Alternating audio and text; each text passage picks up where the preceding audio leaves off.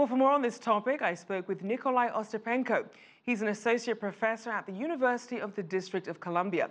And we started the conversation by discussing the state of China's luxury sector. They are changing. And the slowdown that we'll be talking about soon is actually an opportunity for luxury brands to create their stories, to better approach the social media, to redesign their websites. Some are very ahead, like Louis Vuitton website is beautiful. It talks the story about luxury and about the brand. Some other websites, they're more commercial websites, but they're changing in accordance to the trends that they look into their customers. And as we talk about the economic slowdown, how is that impacting luxury brands? Well, all the reports that I read, they're very pessimistic. But me, well, they talk about slowdown from 7% growth in luxury sales to 5% growth. But it's still positive, it's 5%. So regardless of actually what happened, we know this trend might affect the volume of the sales, but the interest is still there. So I will be very optimistic in that. Now, luxury as a word can have a very broad description depending on where you're from and what you're used to. How do Chinese consumers view the luxury experience? Well, there are two ends to the story. A lot of Chinese young people are becoming wealthier and wealthy, and they go for classic luxury. The rest of the market is very much up to consuming, but the price is a little bit too high. So the advice, the marketing advice to luxury brands would be change, cater to younger audience with specific sub-brands or sub-luxury brands that are made probably of not real materials like real leather or real fur, which is attacking all over the world.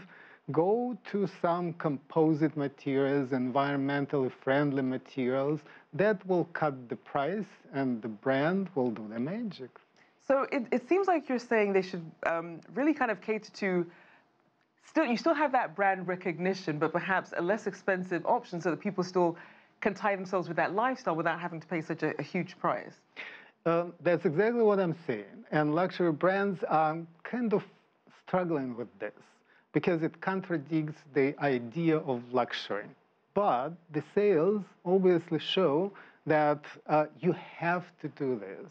And not only like an experiment, but you have to continuously and consistently care to the younger people via social media. That's the only way to go. And speaking of social media, we know that LVMH is partnering with Rihanna. We see a lot of these social influencers. Is that now the better way to really reach these target market for luxury consumers versus, say, traditional advertising and marketing?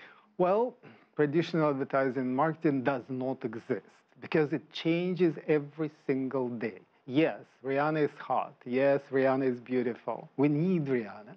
But look, we just released and enjoyed Crazy Rich Asians movie from Hollywood.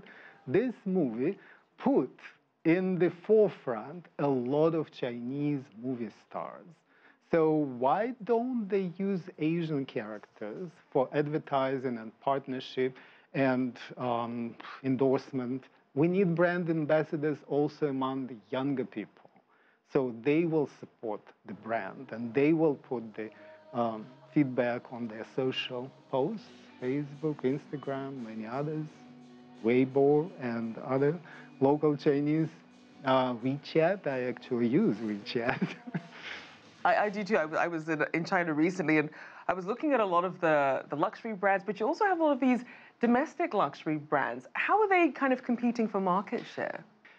Chinese luxury brands are growing.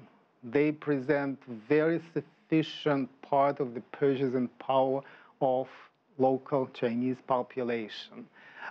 Unfortunately, the European luxury brands, they keep looking down to that market instead of partnering and instead of building alliances and collaboration and sponsorship, because they keep stealing a part of luxury market. Well, on the other hand side, Chinese mentality didn't change completely. They still prefer foreign-made or at least foreign-branded products.